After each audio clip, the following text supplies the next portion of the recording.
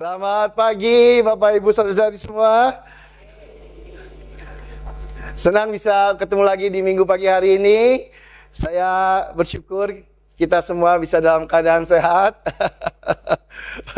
Dan saya mengajak kita untuk berterima kasih kepada adik-adik kita di kampus yang hari ini melayani kita. Bisa dong lebih semangat berterima kasihnya. Nah, gitu dong. Kenapa saya mengajak kita di sini untuk semangat pagi ini? Karena saya pribadi sangat-sangat terharu ya. Karena waktu saya lihat adik-adik yang bernyanyi depan tadi, ini anak-anak yang saya kenal mungkin sebagian udah dari lahir saya lihat mereka. Dan melihat mereka hari ini memimpin lagu ya dengan semangat ya. Dengan jiwa muda. Saya tahu beberapa kita di sini berusaha mengikuti. Tadi Rebi saya lihat agak ngos-ngosan tadi saya lihat ya. Memang kalau beda generasi agak beda beatnya itu ya. Tapi saya bersyukur dia masih bisa mengikuti dengan baik juga. Ya, tapi hari ini saya bersyukur kita sekali lagi bisa ada waktu untuk belajar dari firman Tuhan dan kita bisa dikuatkan sekali lagi dari firman Tuhan. Mari kita mulai ibadah kita ini dengan berdoa bersama. Tuhan, sekali lagi kami bersyukur kami bisa ada waktu Tuhan untuk memuji Engkau. Ada waktu untuk berkumpul bersama di sini Tuhan, saling menguatkan. Kami bersyukur Tuhan, kami bisa bahkan punya kesempatan untuk mendengarkan firman Kau, belajar lagi dari firman Kau. Kami tahu Tuhan gampang sekali Tuhan, hari ini kami datang ke tempat ini Tuhan dan menjadi rutinitas Tuhan. Kami lupa Tuhan akan kerja Engkau dan kuasa Engkau. Tapi hari ini Tuhan biarlah kami sekali lagi Tuhan, hanya Tuhan mengambil waktu sejenak, melihat sekeliling kami, mengingat kembali Tuhan, kebaikan dan kerja Engkau dalam kehidupan kami. Biarlah Tuhan, ibadah kami hari ini, tidak hanya sekedar Tuhan menjadi rutinitas mingguan kami, tapi betul-betul Tuhan, kami bisa datang kepada Engkau dengan segenap hati kami Tuhan. Biarlah firman Kau sekali lagi Tuhan menemukan tanah yang subur. Bila Tuhan ketika kami membaca firman Kau, biarlah seperti pertama kali Tuhan kami membaca firman Engkau Tuhan. Kami begitu berapi-api, kami begitu terbuka, kami begitu mau belajar Tuhan. Dan biarlah hari ini kami bisa punya hati yang sama. Sehingga firman Engkau bisa kembali mengubahkan kami, menumbuhkan kami, dan membantu kami Tuhan untuk makin mirip dengan Engkau. Biarlah Tuhan seperti tema kami di bulan ini Tuhan. Kami mau Tuhan menjadi seperti tanah liat di tangan Engkau yang terus dibentuk makin hari makin indah, makin hari makin serupa dengan apa yang Engkau inginkan. Terima kasih ya Tuhan, biar Roh Engkau sendiri memimpin hamba-Mu dan kami semua di sini. Hanya dalam nama Yesus kami telah berdoa dan mengucap syukur. Amin. Oke, sepanjang bulan September ini kita sebagai satu jemaat GKDI mengambil tema In the Hand of the Potter, atau di dalam tangan tukang periuk, yang diambil dari Yeremia pasal 18 ayat yang ke-6. Sungguh seperti tanah liat di tangan tukang periuk, demikianlah kamu di tanganku, hai kaum Israel. Saya bersyukur sepanjang bulan ini sebagai satu jemaat juga kita mengambil waktu untuk belajar atau mempelajari kitab Yeremia, baik secara pribadi di saat teduh kita, dan juga setiap minggunya waktu kita bisa mendengarkan khotbah. Saya mau review singkat aja. Ingat khotbah di minggu pertama di bulan September ini, kita belajar dari Pendeta Frankie tentang bagaimana Tuhan kita adalah Tuhan yang pribadi, a personal God. Kemudian di minggu kedua, Pendeta Charles mengingatkan kita bagaimana kita perlu punya penyembahan yang benar, worship yang benar kepada Tuhan kita. Minggu ketiga kita kedatangan pembicara dari Singapura, yaitu Pendeta Harlem, amin. Yang mengajarkan kita bagaimana kita dipilih untuk bisa betul-betul menjaga nama Tuhan, chosen to bear His name.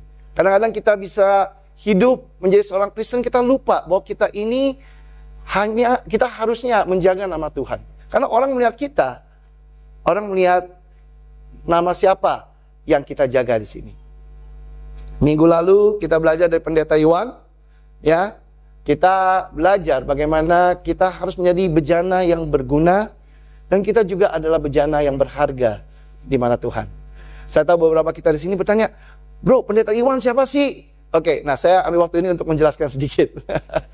Beberapa kita mungkin bertanya, ya Pendeta Iwan ini saya kenal sudah lama sebenarnya. Saya kenal dia sebenarnya menjadi murid Yesus dari masih masa remaja dia. Kemudian dia pergi misi, ikut memulai gereja kita di Medan, ya. Kemudian dia menjadi seorang pelayan, ya, mengambil keputusan menjadi seorang pelayan di sana. Saya ingat waktu saya melayani tahun 98 di Medan, ya, waktu itu dia belum melayani full time, tetapi dia seorang yang membantu begitu banyak, ya, melayani di sana. Kemudian dia menjadi full time, kemudian dia pergi memimpin jemaat di Manado, balik lagi ke Medan, kemudian melayani di Medan sampai dengan tahun yang lalu dia baru kembali ke Jakarta bersama-sama dengan kita di sini, ya. Sedikit sejarah, mungkin minggu lalu beberapa orang bertanya, siapa Pendeta Iwan ini? Sekarang ini dia melayani di grup menikah Jakarta Timur, ya. Nah, di minggu terakhir ini, di bulan ini, kita kembali belajar dari kitab Yeremia. Sayangnya, udah habis buku Yeremia, ada 52 pasal. Banyak sekali yang kita bisa pelajari sebenarnya. Kayaknya kalau baca buku Yeremia itu 3 bulan pun nggak selesai. Tapi nggak apa-apa, saya percaya kita jemaat yang sharp, ya. Yang luar biasa.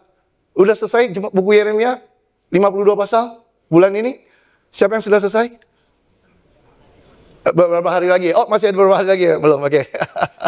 Nggak apa. Saya kalau belum selesai tidak apa, kita bisa baca sebisanya kita. Saya percaya itu akan membantu kita semua di sini untuk bisa mengerti hati Tuhan lebih dalam. Nah, seperti kita tahu di Yeremia pasal 1 ayat 2 sampai 3 ini sedikit sejarah sebenarnya, tapi ini membantu kita untuk mengerti tentang jangka waktunya. Ya, kalau kita baca di sini, dikatakan dalam zaman Yosia bin Amon Raja Yehuda, dalam tahun yang ke-13 dari pemerintahannya, datanglah firman Tuhan kepada Yeremia. Firman itu datang juga dalam zaman Yoyakim bin Yosia Raja Yehuda, sampai akhir tahun yang ke-11 zaman Zedekia bin Yosia Raja Yehuda, sehingga penduduk Yerusalem diangkut ke dalam pembuangan dalam bulan yang ke-5. Nah, kalau kita baca ini, kadang-kadang kita berpikir apa signifikannya? Ini sangat-sangat penting. Ya, karena hanya dengan baca ini kita tahu bahwa Tuhan mulai berbicara kepada kerajaan Yehuda melalui Nabi Yeremia mulai dari zaman Raja Yosia. Ya, kemudian sebenarnya ada Raja Yoahas, cuman nggak ditulis ini karena dia cuma 3 bulan. Kemudian dia dibuang dan ditawan ke Mesir. Kemudian ada Raja Yoyakim. Lalu kemudian ada Raja Yoyakin, ya, yang tidak ditulis di sini juga, itu juga cuma 3 bulan. Kemudian baru Raja Zedekia. Jadi kalau kita baca secara ini, kita tahu, kita bisa hitung secara sejarah bahwa Nabi Yeremia dipakai Tuhan untuk berbicara kepada bangsa Yehuda selama 40 tahun lamanya. Lama ya, 40 tahun ya. Panjang, 40 tahun. Dan bahkan sampai ke masa pembuangan pun, ya, dikatakan bahwa Nabi Yeremia masih berbicara. Jadi kalau ditahunkan kurang lebih itu dari tahun 626 sebelum Masehi sampai dengan 586 sebelum Masehi. 40 tahun. Nah, tetapi kalau kita baca dan selidiki lebih dalam, peringatan ya kepada bangsa Yehuda bahwa mereka akan dibuang ke Babilonia itu tidak terjadi hanya pada zaman Yeremia. Bahkan sudah mulai daripada nabi-nabi sebelumnya. Ya, jangan khawatir, nanti saya kasih slide-nya. Ya, ini sesuatu yang menarik aja waktu kita duduk, kita baca lebih dalam, kita pelajari, dan kita menyadari bahwa oh, bukan cuma 40 tahun itu loh. 40 tahun aja udah Tuhan sabar banget bener sebenarnya ya. 40 tahun kasih kesempatan untuk mereka bisa berubah, tetapi mereka tidak berubah. Tetapi kalau kita baca lagi, sebenarnya jauh sebelumnya sudah diperingati. Bahkan dari zaman Nabi Yesaya. Ya, kurang lebih 701 sebelum Masehi. Ya, kita bisa baca ayatnya nanti di Yesaya 39 ayat 5-7. Dia sudah bicara kepada Raja Hizkia. Kemudian tidak saja Nabi Yesaya, Nabi Mika di 700 sebelum Masehi. Di Mika pasal 4 ayat 10. Nabi Habakuk dipakai Tuhan juga bicara tentang pembuangan ke Babilonia ini. Kalau kamu tidak bertobat, kalau kamu tidak berubah, pasti nanti akan datang satu bangsa dari utara yang akan menghancurkan dan kalian akan dibuang ke sana. Itu sudah diperingati ya melalui Nabi Habakuk juga di 605 sebelum Masehi. Ya, kita bisa baca itu di Habakuk pasal 1 ayat 6. Kemudian Tuhan bicara Nabi Yeremia seperti yang kita sudah baca sepanjang bulan ini. Berbicara 626 sampai dengan 586 sebelum Masehi. Kepada 5 raja yang ada pada saat itu. Kemudian Nabi Yeskiel, bahkan ketika pembuangan sudah mulai, belum seluruhnya dibuang, baru sebagian doang. Ada Nabi Yeskiel yang sudah ada di pembuangan pada saat itu, di 593 sebelum Masehi. Sebelum Yerusalem bahkan sudah Yerusalem dihancurkan. Tuhan juga masih tetap bicara dan bilang, ayolah, berubahlah, bertobatlah. Jadi peringatan ini sudah diberikan. Totalnya 115 tahun. Lama nggak? 115 tahun. Ya, berubah berapa generasi? Mungkin udah 2-3 generasi, betul ya? 115 tahun. Dikatakan hal yang sama, hal yang sama. Tuhan memperingati bangsa Yehuda tentang pembuangan ke Babilonia melalui berbagai nabi. Tapi respon daripada Yehuda adalah seperti yang ditulis di Yeremia pasal 7 ayat 25 sampai 26. Jadi kalau kita ngerti ini latar belakangnya sedikit, kita jadi mengerti, oh, ini benar-benar ngelunjak nih bangsa Yehuda ini, ya. Dari sejak waktu nenek moyangmu keluar dari tanah Mesir sampai waktu ini aku mengutus kepada mereka hamba-hambaku. Ya, jadi tidak hanya bangsa Yehuda, suku Israel yang atau kerajaan utara pun sudah mulai diperingati dari waktu mereka keluar dari tanah Mesir, dia bilang sana.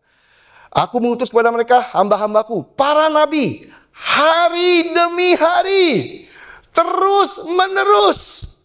Tapi mereka tidak mau mendengarkan kepadaku dan tidak mau memberikan perhatian. Bahkan mereka menegarkan tengkuknya, berbuat lebih jahat daripada nenek moyang mereka. Wow. Kalau kita baca ini kita baru menyadari Tuhan itu luar biasa sabarnya, betul ya? 115 tahun hanya ngomongin hal yang sama. Ayolah, berubahlah. Kalau kamu nggak berubah, nanti kamu pasti akan dibuang ke Babilonia. Kamu pasti akan diserang. Yerusalem pasti akan hancur. Tujuannya apa? Tujuan supaya mereka untuk bisa berubah. Jadi apa yang kita bisa belajar hari ini Bapak Ibu Saudari dari kehancuran Yerusalem? Apa yang kita bisa belajar dari pembuangan ke Babilonia ini? Karena kalau kita nggak belajar sayang banget, betul tidak? Padahal Tuhan sudah tuliskan ini. Hal yang pertama, yang sama aja kita semua di sini belajar, Bapak Ibu Saudari, bahwa semua hal yang Tuhan katakan pasti terjadi. Amin. Semua hal yang Tuhan katakan pasti terjadi. Ini hanya beberapa contoh aja. Nanti saya jelaskan poin saya. Tuhan sudah katakan akan ada kehancuran bait Allah. Di Yeremia pasal 7 ayat 11 dan 14.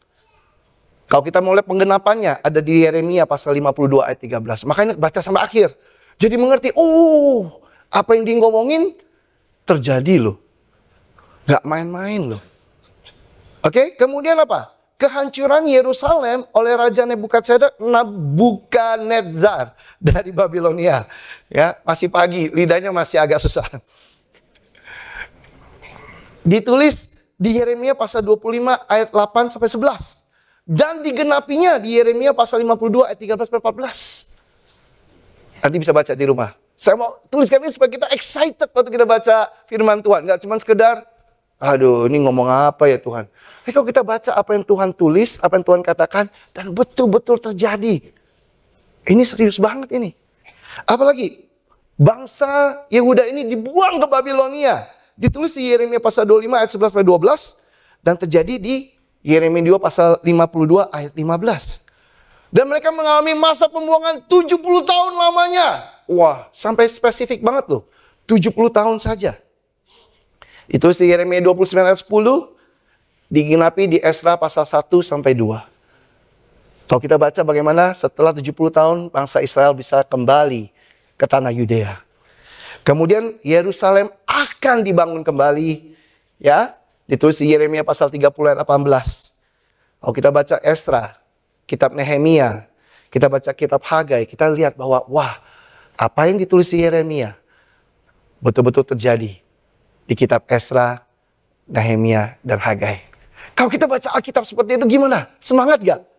Kita nggak baca ini cuma sebagai sebuah cerita, tapi kita melihat bahwa Alkitab itu hidup.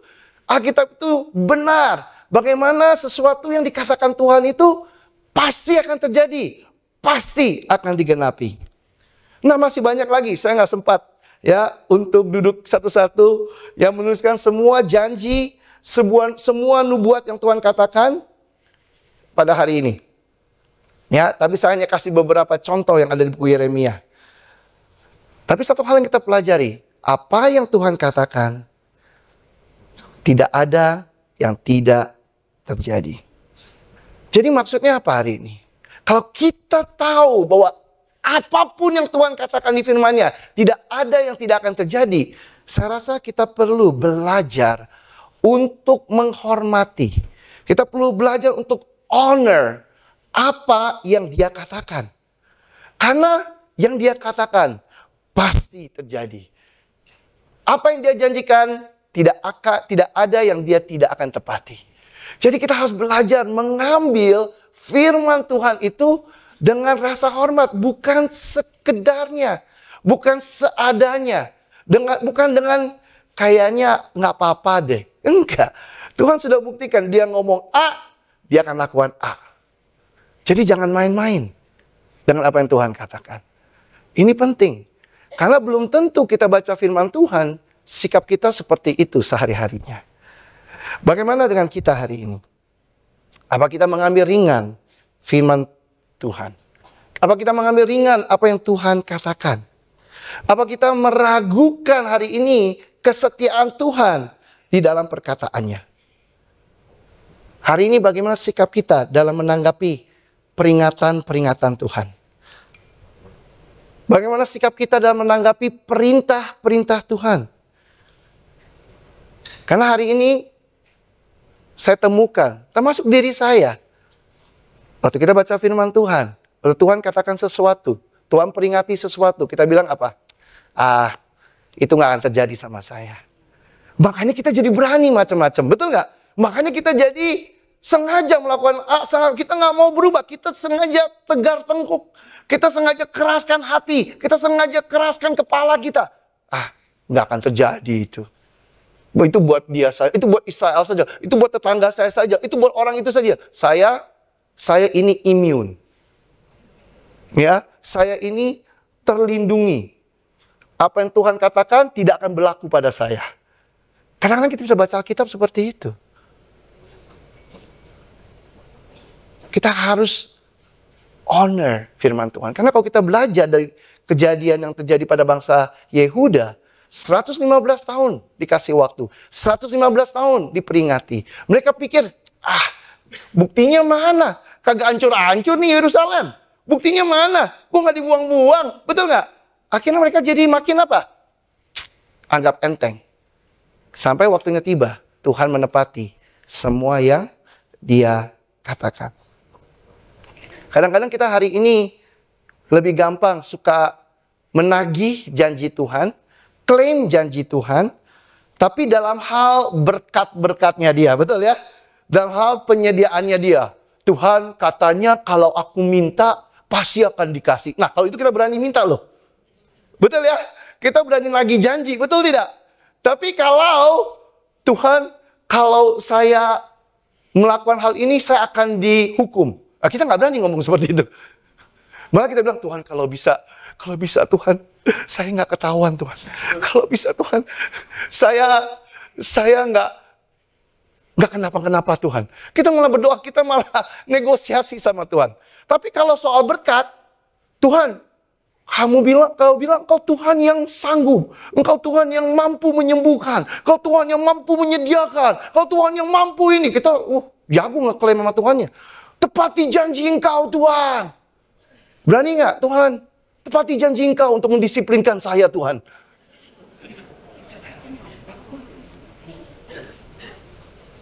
Kadang-kadang kita nggak honor apa yang Tuhan katakan. Rasul Petrus punya concern yang sama. Bagaimana manusia dengan mudahnya menganggap enteng yang tidak lagi menghormati peringatan-peringatan Tuhan. Dan sudah ditulis oleh Rasul Petrus juga. Dia bilang gini, saudara-saudara yang kekasih, ini sudah surat yang kedua yang kutulis kepadamu. Di dalam kedua surat itu, aku berusaha menghidupkan pengertian yang murni oleh peringatan-peringatan. Supaya kamu mengingat akan perkataan yang dahulu telah diucapkan oleh nabi-nabi kudus. Dan mengingat akan perintah Tuhan dan juru selamat yang telah disampaikan oleh rasul-rasulmu kepadamu. Dia bilang, kita harus mengingat apa yang sudah dituliskan. Kemudian dia bilang, yang terutama harus kamu ketahui ialah bahwa pada hari-hari zaman akhir akan tampil pengejek-pengejek dengan ejekan-ejekannya. Yaitu orang-orang yang hidup menuruti hawa nafsunya. Kata mereka, di manakah janji kedatangannya? Sebab sejak bapak-bapak leluhur kita meninggal, segala sesuatu tetap seperti semula pada waktu dunia diciptakan. Mereka mulai ngejek, mana? Katanya Tuhan mau datang lagi. Katanya Tuhan mau menghakimi. Katanya Tuhan mau melakukan ini, mau melakukan itu. Mana? Buktinya apa? Semua baik-baik saja. Bisnis gua baik-baik saja. Hidup gua baik-baik saja. Gua sehat-sehat saja. Omong kosong itu firman Tuhan. Kadang-kadang sikap kita bisa seperti itu pada firman Tuhan. Seperti yang Petrus katakan di sini. Mereka sengaja tidak mau tahu bahwa oleh firman Allah langit telah ada sejak dahulu. Padahal sebenarnya kalau kita buka mata kita, dibilang nggak mungkin dunia ini diciptakan kalau bukan karena firman Tuhan. Dan juga bumi yang berasal dari air dan oleh air, dan bahwa oleh air itu bumi yang dahulu telah binasa dimusnahkan oleh air bah. Ada cerita tentang bagaimana Tuhan menghakimi dunia dengan air bah. Tapi kita nggak anggap itu. Tetapi oleh firman itu juga, langit dan bumi yang sekarang terpelihara dari api dan disimpan untuk hari penghakiman dan kebinasaan orang-orang fasik. Dengan lain dikatakan bahwa firman Tuhan juga yang akan mengatakan, firman Tuhan juga yang telah mengatakan bahwa nanti akan ada hari penghakiman tersebut. Bapak Ibu Saudari, seperti Tuhan menggenapi semua firman-Nya, termasuk peringatan-peringatannya melalui para nabi kepada bangsa Yehuda. Saya mau ingatkan kita semua hari ini, seperti Petrus mengingatkan kita semua di sini, Tuhan juga akan menggenapi perkataan dan peringatannya pada masa ini. Amin. Kurang banyak aminnya kalau gitu. Kalau saya bilang hal ini, Tuhan akan menggenapi, memberkati kita semua di sini. Amin. Wah, kenceng aminnya. Tapi kalau hari ini, Tuhan akan menggenapi peringatan-peringatannya kalau kita tidak ikut dia. Amin. Harus gitu juga, harus amin.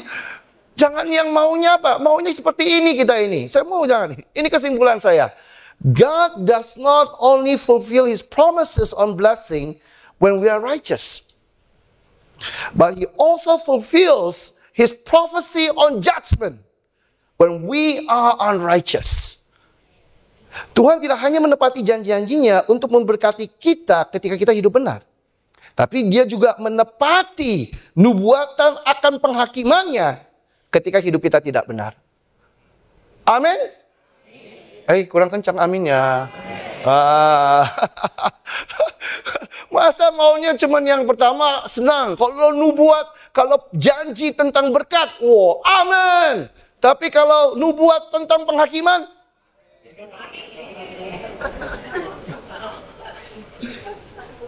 sama seperti Tuhan menepati janjinya tentang berkat, Tuhan juga akan menepati nubuatannya tentang penghakiman. Jadi jangan ambil enteng. We have to honor God. Jika Tuhan mengenapi perkataan dan peringatan kepada bangsa Yehuda melalui Nabi Yeremia, Tuhan juga mengenapi apa yang Dia sudah firmankan dan peringati kepada kita semua. Galatia 6 ayat 7 ayat 8 sudah katakan ini. Jangan sesat. Ya, bahasa tepatnya adalah do not be deceived. Jangan mau ditipu. Allah tidak membiarkan dirinya dipermainkan. Karena apa yang ditabur orang, itu juga yang akan dituainya. Ini hukum alam, tabur tuai, betul tidak? Sebab barang siapa menabur dalam dagingnya, ia akan menuai kebinasaan dari daging. Jadi jangan pernah berpikir, gak apa-apa gue nabur daging, tetapi gue akan menuai hidup yang kekal. Bukan. Dia bilang, tetapi barang siapa menabur dalam roh, ia akan menuai hidup yang kekal dari roh itu. Gimana nanam mangga tumbuh duren? Bisa nggak? Enggak kan? Kita nanam rambutan. Berharapnya apa?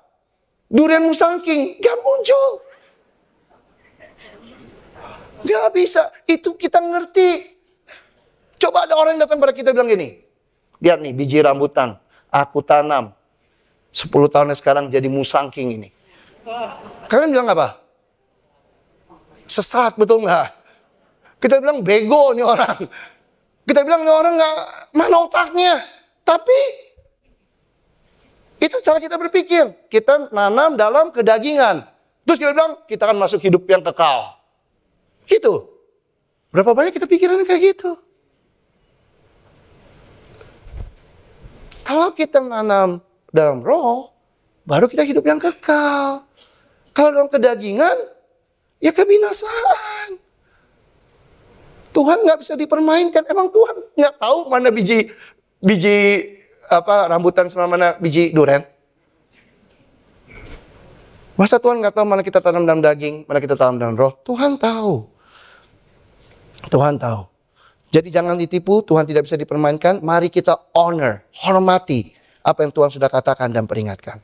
Itu yang kita bisa belajar pertama. Yang kedua, yang kita bisa belajar. Kita lihat di Yeremia pasal 30 ayat 10-11. Maka engkau janganlah takut, hai hamba-hambaku Yakub. Demikianlah firman Tuhan. Janganlah gentar, hai Israel. Sebab sesungguhnya aku menyelamatkan engkau dari tempat jauh. Dan keturunanmu dari negeri pembuangan mereka. Yakub akan kembali dan hidup tenang. Dan aman. Dan tidak ada yang mengejutkan. Sebab aku menyertai engkau. Demikianlah firman Tuhan. Untuk menyelamatkan engkau. Segala bangsa yang antaranya engkau kuserahkan akan kuhabiskan. Tapi engkau ini tidak akan kuhabiskan. Aku akan menghajar engkau menurut hukum. Tapi aku sama sekali tidak memandang engkau tak bersalah. Saya kasih lihat bahasa Inggrisnya sedikit ya. Di ayat 11 yang di akhirnya dia bilang, I will not completely destroy you. I will discipline you but only in due measure. I will not let you go entirely unpunished. Oke, itu yang Tuhan katakan melalui Nabi Yeremia kepada bangsa Yehuda. Jadi apa yang kita bisa belajar? Walaupun dibuang ke Babilonia, Tuhan tidak pernah bermaksud menghancurkan bangsa Yehuda. Tapi Tuhan sedang mau merestorasi bangsa Yehuda. Tuhan juga tidak mau melakukan pembiaran. Udahlah, nggak apa-apalah. Dia ngaco, dia gitu hidupnya. Nggak apa-apalah, gue tutup mata, kan gue Tuhan pengasih. Tuhan juga bukan Tuhan yang begitu. Tuhan adalah Tuhan yang kudus. Dia buang bangsa Israel untuk mendisiplinkan, untuk menghajar mereka secukupnya. Sebutuhnya. Sesuai takarannya, dia bilang. Agar mereka bisa kembali ke Tuhan dan kembali hidup benar di hadapan Tuhan. Kenapa? Karena yang Tuhan peduli adalah holiness-nya kita. Kita harus mengerti, di dalam segala pergumulan, tantangan yang kita hadapi dalam hidup kita ini, Tuhan peduli kepada yang namanya holiness atau kekudusan kita. Yeremia 24 ayat 7 katakan, mana dia ayatnya? Maka aku akan mengarahkan mataku kepada mereka untuk kebaikan mereka. Dan aku akan membawa mereka kembali ke negeri ini. Aku akan membangun mereka, bukan meruntuhkannya. Aku akan menanam, bukan mencabutnya. Aku akan memberi mereka sesuatu hati untuk mengenal aku. Yaitu bahwa akulah Tuhan. Mereka akan menjadi umatku dan aku ini menjadi Allah mereka. Sebab mereka akan bertobat kepadaku dengan segenap hatinya. Jadi kalau Tuhan memberikan kita disiplin, Tuhan sedang menghajar kita. Tuhan sedang membimbing kita lewat keadaan-keadaan hidup kita. Bapak Ibu Saudari, Tuhan gak pernah mau menghancurkan kita. Tuhan mendidik kita dengan satu fokus untuk kebaikan kita, dia bilang. Untuk membawa kita kembali ke dia. Untuk membangun kita. Untuk menanam kita sehingga kita bisa bertumbuh. Bukan untuk mencabut kita. Sehingga kita bisa mengenal Tuhan. Jadi kalau Tuhan biarkan ada situasi dalam kehidupan kita yang hari ini kita merasa, kenapa Tuhan ini terjadi? Kenapa ini gak bisa terima? Kenapa Tuhan kamu hancurkan aku ya? Enggak, Tuhan gak mau hancurkan. Tuhan lagi mau membangun kembali. Tuhan lagi punya rencana yang indah. Karena Tuhan sangat peduli dengan kekudusan kita. Penulis Ibrani pun punya keyakinan yang sama. Di Ibrani pasal 12 ayat 7, 10 sampai dengan 11. Jika kamu harus menanggung ganjaran, Allah memperlakukan kamu seperti anak. Amin. Jadi kalau hari ini kita diganjar sama Tuhan, ya karena Tuhan melihat kita anak. Kalau enggak, dia enggak peduli. Jadi kalau hari ini kita lakukan yang salah, kita dapat disiplin. Amin. Hari ini kalau kita lakukan yang salah, kita enggak dapat disiplin. Kita mesti khawatir. Jangan-jangan udah enggak dianggap sama Tuhan. Oke, kalau kita hari ini lakukan yang salah, didisiplin oleh Tuhan, kita harus bilang thank you Tuhan. Thank you. Berarti aku masih anak kamu. Di manakah terdapat anak yang tidak dihajar oleh ayahnya? Sebab mereka mendidik kita dalam waktu yang pendek sesuai dengan apa yang mereka anggap baik.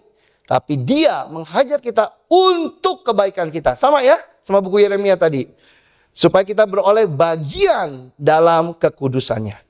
Memang tiap-tiap ganjaran pada waktu ia diberikan tidak mendatangkan sukacita, tapi duka cita.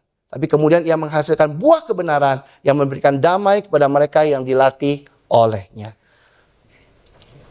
Bapak Ibu Saudara yang saya kasihi, bagaimana sikap kita waktu kita sedang mengalami disiplin dari Tuhan?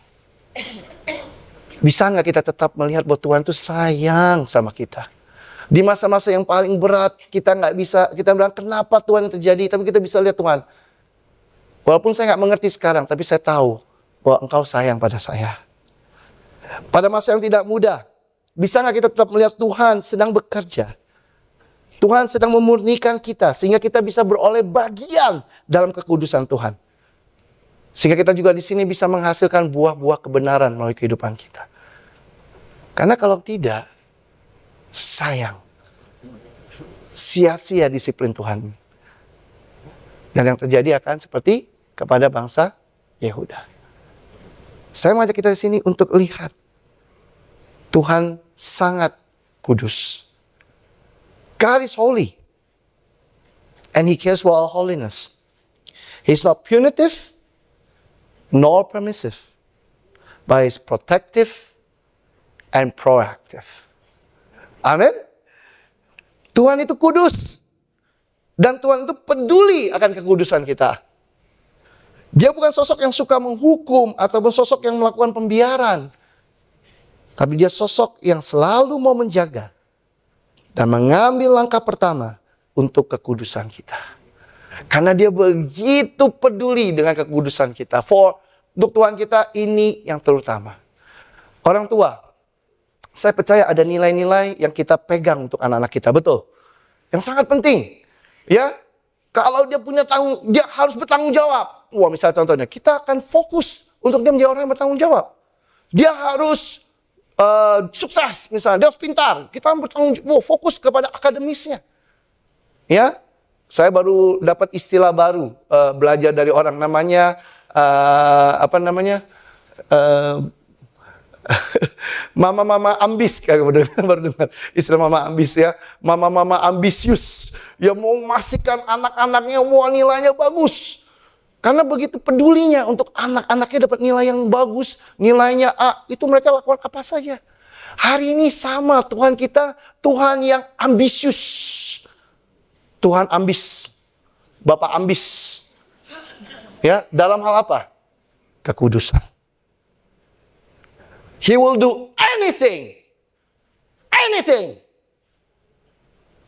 to make us holy. Dia akan lakukan apa saja supaya kita hari ini bisa tetap kudus. Dan kita harusnya semangat karena kita punya Bapa di surga yang ambis di dalam kekudusannya kita. Seperti Tuhan mau menggunakan kehancuran Yerusalem dan masa pembuangan di Babilonia untuk memurnikan bangsa Yehuda. Hari ini Tuhan mau menggunakan disiplin yang diberikan dalam hidup kita untuk kita bisa beroleh juga bagian dalam kekudusan Tuhan. Semangat semua? Yang terakhir, hal yang ketiga yang kita dapat belajar. Yeremia pasal 29 ayat 10 sampai 11. Sebab beginilah firman Tuhan, apabila telah genap 70 tahun bagi Babel, barulah aku memperhatikan kamu. Aku akan menepati janjiku itu kepadamu dengan mengembalikan kamu ke tempat ini. Sebab aku ini mengetahui rancangan-rancangan apa yang ada padaku mengenai kamu. Demikianlah firman Tuhan. Yaitu rancangan damai sejahtera dan bukan rancangan kecelakaan. Untuk memberikan kepadamu hari depan yang penuh harapan. Bapak Ibu Saudari, kita bisa belajar. Kalau kita baca di buku Yeremia, kita melihat hati Tuhan di sana. Melalui masa pembuangan, 70 tahun lamanya, Tuhan menjanjikan masa depan yang penuh harapan. Hope, ya, kepada bangsa Yahuda. Dia sendiri katakan bahwa dia yang akan memperhatikan mereka. Dia sendiri akan mengembalikan mereka kepada tanah Yudea. Mereka akan membalikan mereka, dia sendiri akan yang mengembalikan mereka ke Yerusalem dan membangun kembali Yerusalem bersama-sama dengan mereka. Kita bisa lihat dan kita bisa belajar dari masa pembuangan itu. Ada yang namanya hope, pengharapan.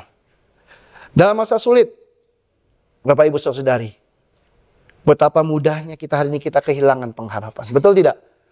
Hal yang pertama yang kita kehilangan pada masa sulit yaitu apa? Pengharapan. Langsung hilang harapan. Langsung kita apa? Biasanya putus asa. Waktu kita ngadepin masa yang sulit, kita gampang sekali untuk menyerah. Kita gampang sekali untuk mempertanyakan Tuhan dan rancangan-rancangannya Dia. Dan gak sedikit kita di sini yang pada masa sulit kita menyalahkan Tuhan. Tuhan, kenapa ini terjadi? Kenapa Engkau biarkan ini? Kenapa Kau buang kami? Sama, kalau kamu baca buku Yeremia, kita lihat bagaimana bangsa Israel juga mempertanyakan ini kepada Tuhan. Kenapa Tuhan sampai kita harus dibuang? Memang agak kurang ajar memang. Ya, udah 115 tahun dikasih tahu, tapi tetap aja bilang, Tuhan kenapa? Halo? 115 tahun? Nggak ngerti-ngerti juga. Oke? Tapi itulah kita. Waktu kita mengalami masa yang sulit, hal yang pertama kita buang adalah harapan. Kita mulai menyalahkan Tuhan. Kita kehilangan pandangan kita akan kuasa dan kebaikan Tuhan. Yeremia lanjutkan di ayat 12. Dan dikatakan gini. Dan apabila kamu berseru dan datang untuk berdoa kepadaku, maka aku akan mendengarkan kamu. Apabila kamu mencari aku, kamu menemukan aku. Apabila kamu menanyakan aku dengan segenap hati, aku akan memberi kamu menemukan aku. Demikianlah firman Tuhan. Dan aku akan memulihkan keadaanmu. Dan aku akan mengumpulkan kamu dari antara segala bangsa-bangsa, dari segala tempat kemana kamu telah kucerai-beraikan. Demikianlah firman Tuhan. Dan aku akan mengembalikan kamu ke tempat dari mana yang aku telah membuang kamu. Kalau kita baca di sini, kita bisa mengerti ketika seseorang punya pengharapan, ketika seorang punya hope, ini akan terjadi. Di masa pembuangan, Tuhan katakan, bangsa Israel tetap harus punya hope akan masa depan. Punya hope akan apa yang Tuhan sanggup lakukan. Makanya di masa pembuangan, Tuhan mau bangsa Yehuda untuk tetap berseru. Tetap datang berdoa. Tetap mencari dan menanyakan Tuhan dengan segenap hati. Kenapa? Karena pada saat itu terjadi, kita bisa lihat apa yang Tuhan janjikan. Tuhan sendiri, dia bilang akan memberikan dirinya ditemukan. Dia sendiri yang akan memulihkan. Dia sendiri yang mengumpulkan kembali dan mengembalikan bangsa Yehuda ini ke tanah perjanjian yang Tuhan sudah siapkan bagi mereka. Bapak Ibu Saudari, yang saya mau ajak kita belajar hari ini, di tengah-tengah kita mengalami masa terendah hidup kita, di tengah-tengah kita mau give up hope kita, di tengah-tengah kita mau menyerah, saya mengajak hari ini kita belajar dari bangsa Yehuda ini, belajar dari kisah pembuangan ini. Jangan kita berhenti mencari Tuhan. Jangan kita berhenti untuk berdoa kepada Tuhan. Jangan kita berhenti untuk bertanya kepada Tuhan, menanyakan Tuhan, datang kepada Tuhan dengan segenap hati. Karena pada saat kita lakukan itu, kita akan melihat bagaimana Tuhan juga melakukan bagiannya dia. Dia akan mendengarkan, dia akan memberikan dirinya ditemukan, dia akan memulihkan, Dia akan mengumpulkan kita dan mengembalikan kita lagi. Let's not give up hope. Amin. Dan masa tersulit sekalipun, mari kita belajar untuk tidak kehilangan harapan. Tapi semakin bersandar dan mengandalkan Tuhan dalam hidup kita. Layaknya ketika Yerusalem dihancurkan dan bangsa Yehuda dibuang ke Babilonia selama 70 tahun. Saya mengajak hari ini, mari kita gunakan masa sulit kita, disiplin yang sedang kita alami dari Tuhan, untuk betul-betul berubah dan bertumbuh. Mungkin ada di kita sini bilang, hidup saya lagi baik-baik saja. Nggak apa-apa. It's time untuk kita tetap menghormati firman Tuhan. Hormati firman Tuhan, hormati peringatan-peringatannya. Karena apa yang Tuhan katakan, pasti terjadi. Jangan anggap enteng. Let's honor Him. Yang kedua, mari kita di sini bisa melihat bahwa Tuhan mau memulihkan kita. Sehingga kita di sini bisa mendapat bagian dalam kekudusan Tuhan. His holiness. Yang ketiga, mari kita terus jaga koneksi kita dengan Tuhan. Jaga hubungan kita dengan Tuhan. Sehingga kita bisa melihat pengharapan yang ada di depan. Ketika kita melewati masa-masa tersulit di dalam kehidupan kita sekalipun. Mari kita belajar. Mari kita tidak sia-siakan pelajaran yang kita bisa dapat dari pembuangan bangsa Israel ke Babilonia dan kehancuran Yerusalem itu sendiri. Semoga ini bisa memberkati kita, membantu kita untuk setia terus di dalam Tuhan. Amin.